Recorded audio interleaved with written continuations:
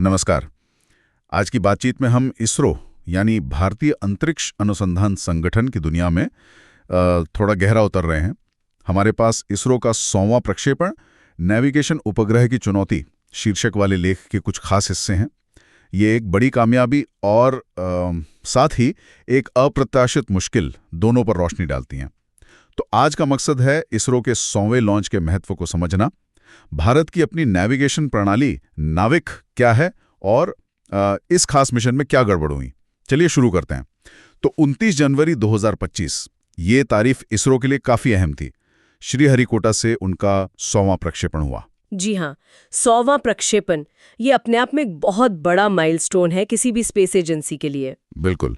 GSLV-15 rocket ने NVS-02 नाम के नेविगेशन सैटेलाइट को अंतरिक्ष में भेजा। हाँ, और ये जो NVS-02 सैटेलाइट है, ये भारत की अपनी मतलब GPS जैसी प्रणाली है ना, नाविक। हाँ, नाविक सुना है इसके बारे में। जी, नाविक विद इंडियन कॉन्स्टलेशन। तो ये सैटेलाइट उसी का हिस्सा है, उसे और मजबूत करने के लिए। ये NVS श्रृंखला का दूसरा उपग्रह था। पहला वाला मई 2023 में छोड़ा गया था। अच्छा, दूसरा। तो नाविक ये करता क्या है असल में, और मतलब क्यों जरूरी है भारत के लिए? देखिए, नाविक का मुख्य उद्देश्य है भारतीय उपमहाद्वीप और उसके आसपास का जो इलाका है, करीब 1500 किलोमीटर का दायरा, वहां एकदम सटीक, एक्यूरेट लोकेशन, नेविगेशन और टाइमिंग की जानकारी देना। मतलब अपना देसी GPS एक तरह से। बिल्कुल बिल्कुल।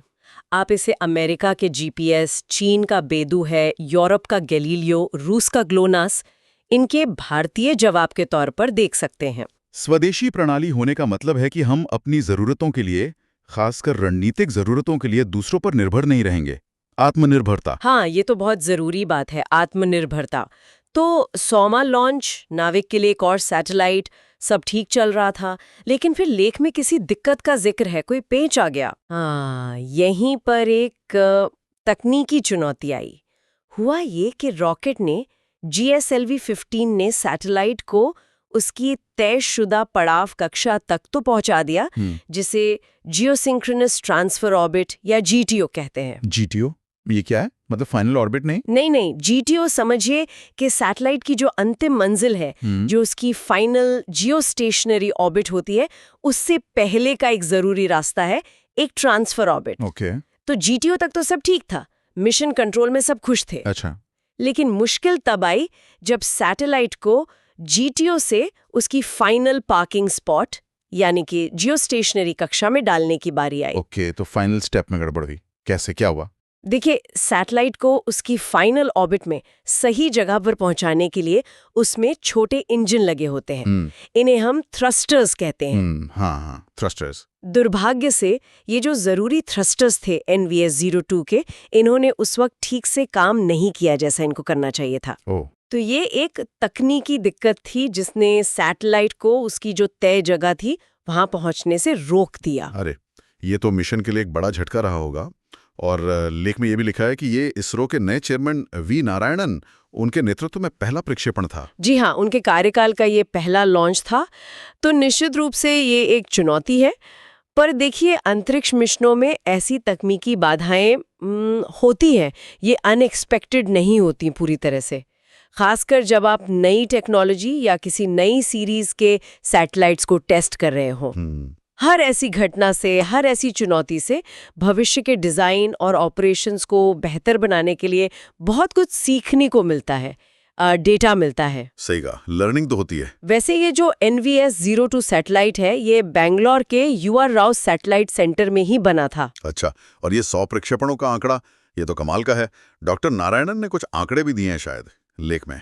में इसरो ने कुल मिलाकर 548 सैटेलाइट्स को ऑर्बिट में पहुंचाया है। आप सोचिए, 548, और इनका कुल वजन लगभग 120 टन है। 120 टन, बाप रे।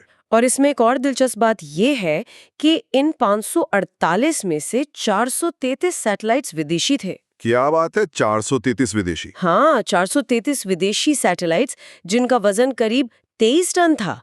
ये आंकड़े दिखाते हैं कि इसरो की जो कमर्शियल आर्म है और जो उसकी तकनीकी क्षमता है, उस पर दुनिया को कितना भरोसा है। ये तो वाकई जबरदस्त है। मतलब इसरो अब एक ग्लोबल प्लेयर है सैटेलाइट लॉन्चिंग में। बिल्कुल। 100 मिशनों का ये सफर, जिसमें अपने और विदेशी दोनों तरह के सैटेलाइट शामिल हैं, ये भारत की अंतरिक्ष यात्रा में एक बहुत महत्वपूर्ण पड़ाव है। तो अगर हम संक्षेप में कहें तो इसरो ने लॉन्च का शतक पूरा किया, अपनी बहुत ज़रूरी नाविक प्रणाली के लिए NVS-02 सैटेलाइट भेजा और उससे उसकी फाइनल ऑर्बिट में डालने में एक तकनीकी रुकावट आ गई। बिल्कुल सही। ये मिशन एक तरफ तो इसरो की बढ़ती हुई शक्ति और आत्मनिर्भर नेविगेशन क्षमता पाने के उसके प्रयासों को दिखाता है, तो दूसरी तरफ ये हमें याद भी दिलाता है कि अंतरिक्ष अन्वेषण का रास्ता आसान नहीं है। ये चुनौतियों से भरा है, जहां हर कदम पर नई मुश्किलें आ सकती हैं। हाँ, ये बात तो है। स्पेस एक्सप्लोरेशन कभी आसान नहीं रहा और जैसा कि हम हमेशा करते हैं, सुनने वालों के लिए सोचने को एक सवाल छोड़ जाते हैं। नाविक जैसी एक स्वतंत्र मतलब इंडिपेंडेंट नेविगेशन प्रणाली का स्ट्रेटेजिक और सिविलियन महत्व तो बहुत ज़्यादा है। तो ऐसे में NVS-02 जैसी तकनीकी बाधाएं इसके भविष्य के विकास पर, इसके विस्तार पर और सबसे ज़रूरी इसकी रिलायबिलिटी मतलब विश्वसनीयता पर क्या असर डाल सकती हैं, इस पर सोचेगा ज़रूर।